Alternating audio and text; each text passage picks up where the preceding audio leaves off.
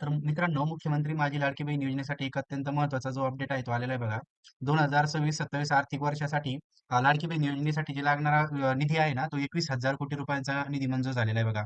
हा जो निधी आहे पुढील 12 महिन्यांसाठी म्हणजे संपूर्ण वर्षासाठी वापरला जाणार आहे.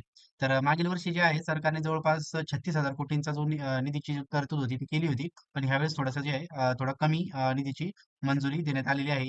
यामागून आपण एकच म्हणजे असं समजू शकतो की लाभार्थ्यांची संख्या जी आहे ती कदाचित कमी झालेली असेल किंवा होणार असेल.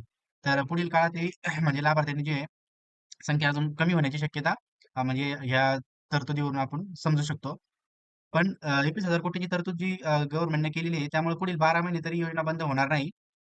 असं चित्र आहे. त्यामुळे लाभार्थ्यांनी कुठल्याही प्रकारची काळजी करायची नाही. तुमची के-वाय-सी करून घ्या आणि जी आहे तुमची योजना जी आहे ती योजना के-वाय-सी केल्यानंतरच चालू राहील. ठीक आहे. आणि जर व्हिडिओ जर चांगला वाटला असेल तर आपल्या चॅनलला सबस्क्राईब करा, लाईक करा आणि शेअर करा. थँक